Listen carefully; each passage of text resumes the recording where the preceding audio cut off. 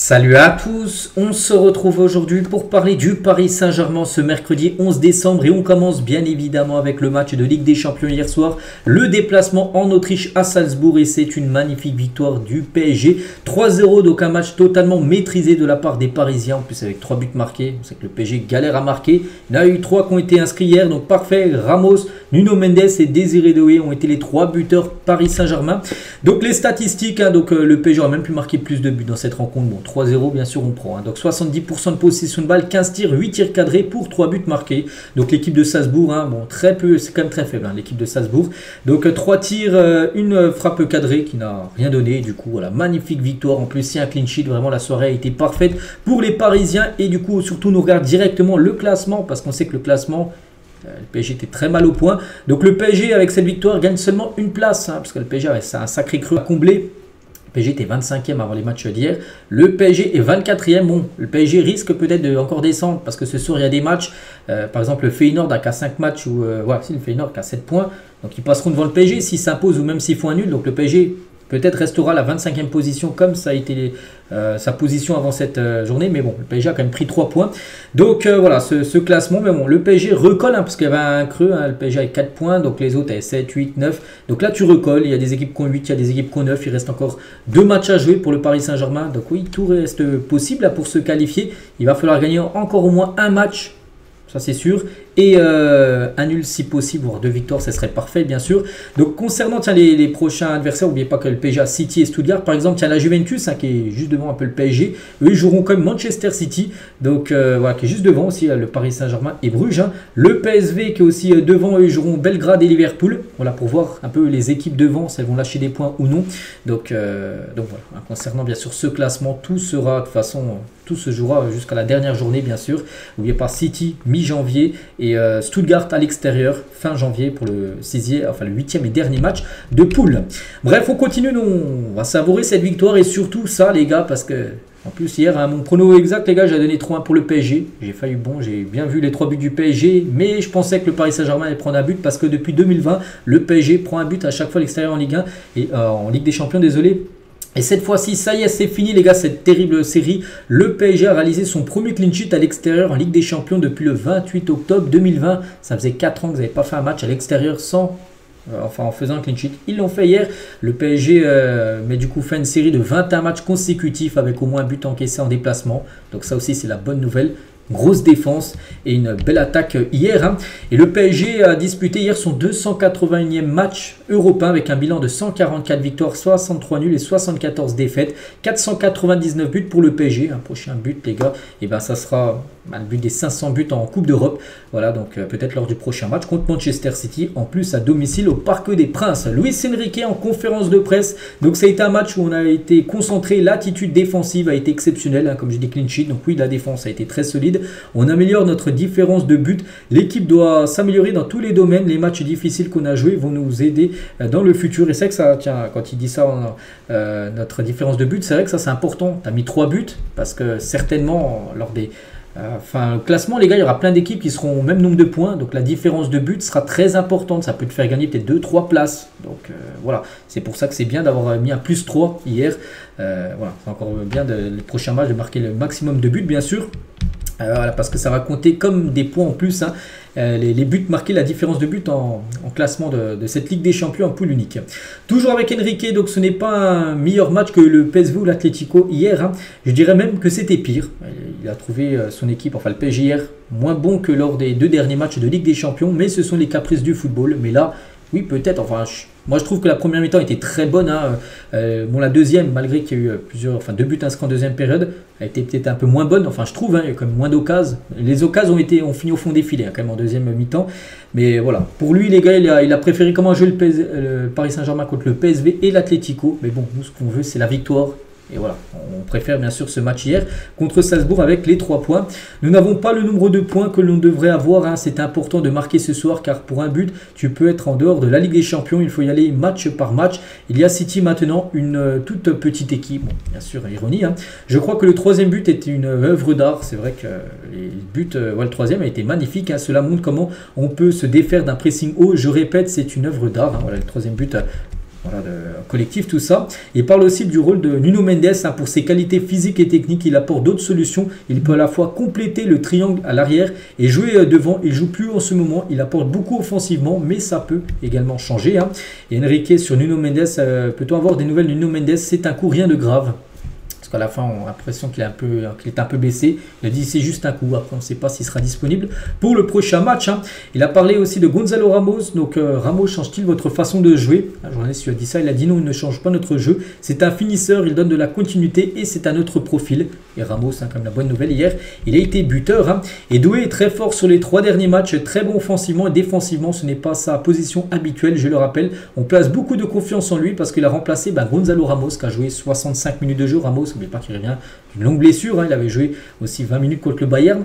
Donc voilà, c'est pour ça qu'il a mis Désiré Doué en numéro 9. Ah, c'est que Désiré Doué, des fois il joue 9, des fois il joue lié, des fois il joue numéro 8, des fois il joue 6, il joue un peu partout. Donc là il a joué 9. Et bon, il a fait quand même une grosse rentrée. Désiré Doué qu'on parlera tout à l'heure. On va parler de l'homme du match, c'est lui, c'est Bradley Barcola. Grosse performance de Bradley Barcola. 10 dribbles réussis, c'est 10 de plus que lors du dernier match de Ligue des Champions contre le Bayern où il avait réussi 0 dribble contre le Bayern. Donc là, il en a réussi 10. Donc voilà, gros match, hein. 13 duels remportés, homme du match. Donc il est élu homme du match, hein. Donc il a réussi, je dis, 10 dribbles réussis sur 14 tentés. C'est comme un énorme pourcentage. C'est plus que tout autre joueur sur un match de Ligue des Champions cette saison. Voilà, c'est le joueur cette saison depuis la première journée, hein, et toutes les équipes confondues qui a réussi le plus de dribbles, voilà, sur cette saison de Ligue des Champions. Donc félicitations, quand il est comme ça, il est très bon. On voulait un match référence de sa part.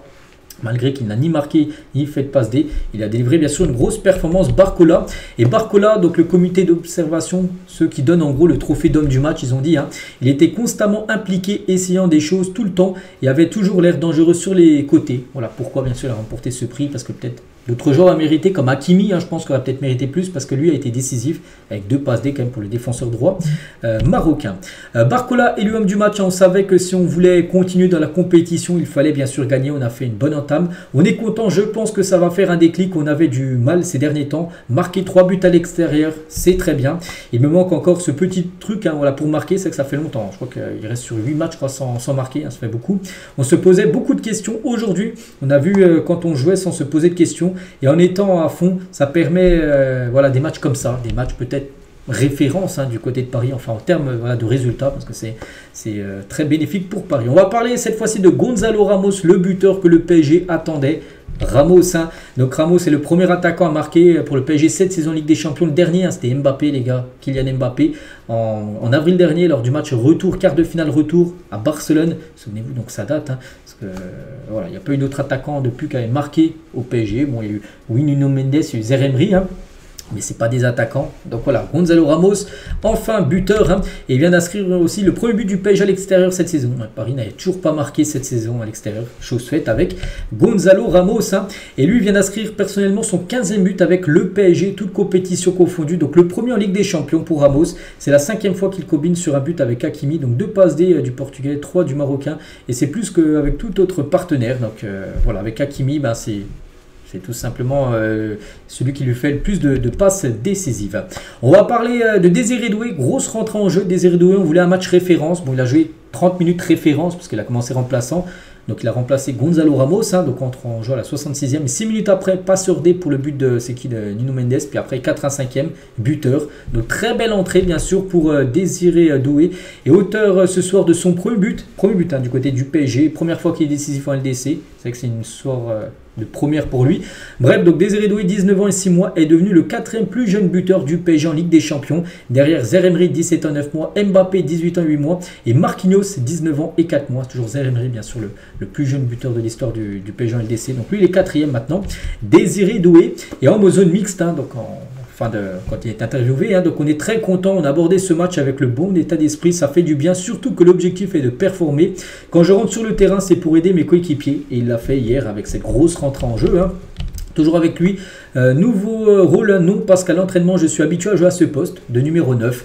On essaie de créer du mouvement pour créer de belles occasions, comme j'ai dit, hein, c'est un joueur polyvalent, il peut jouer pas mal de positions. Donc hier, numéro 9. il a été plutôt bon, même très bon. Hein. Le plus important est que je dois continuer à travailler. Si je ne marque pas, il faut que je sois bon dans le jeu. Il n'y a pas que les buts et les passes D qui comptent. Hein. Donc voilà, un bel qui continue comme ça, Désiré Doué, son match référence depuis son arrivée au club. On va parler cette fois-ci d'Achraf Hakimi, quel joueur hein, pour moi. Pour moi, je l'ai dit, même je le disais même avant le match, hein, c'est le meilleur Parisien cette saison. Saison dernière, c'était pour moi Vitinha sur l'ensemble de la saison. Là, depuis 5 mois, c'est pour moi Hakimi. Et Hakimi hier, auteur de 2 passes D. Il joue quand même défenseur droit. Donc avec ces 2 passes D, il a fait sa 23e et 24e passe D au PSG depuis son arrivée. Donc à égalité avec Maxwell.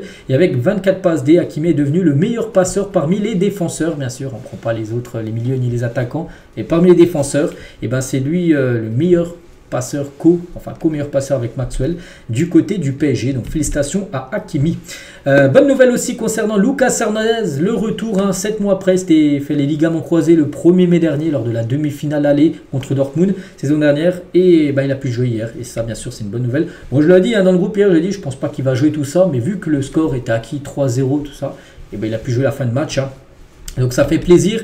Et en zone mixte, il a dit, hein, ça fait plaisir, c'est une fierté de retrouver les terrains. Quand tu subis une blessure comme ça, c'est jamais facile. Dès le premier jour après mon opération, je savais que j'allais revenir vite et plus fort. C'est vrai, il est revenu plutôt vite, hein, parce qu'il y en a des fois ligaments croisés, ils mettent plus d'1 an, des fois même 1 an et demi à revenir. Donc lui, il est revenu au bout de 6-7 mois, donc voilà un retour plutôt express. Hein.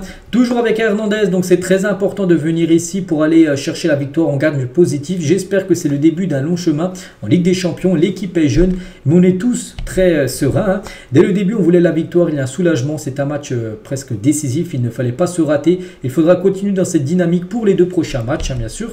Et toujours avec lui on parle beaucoup de l'efficacité ces derniers jours, mais on travaille sur ça. Aujourd'hui on en a mis 3, mais on aurait pu en mettre d'autres. Hein. Oui, ça a eu d'énormes occasions. Bien sûr pour le PSG, mais bon, 3, bien sûr, on prend.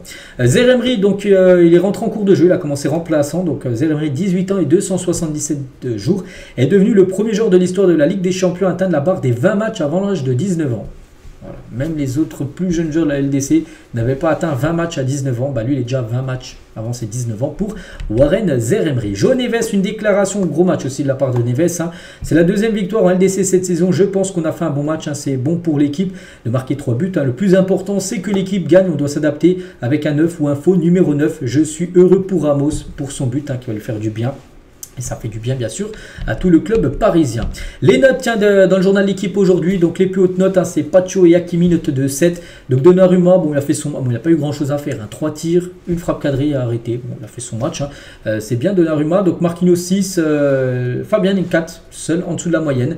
Ramos 6, voilà, tout le monde a bien sûr fait un match correct. Donc Barcola 5, et pourtant c'est quand même Barcola qui a obtenu le MVP, l'homme du match.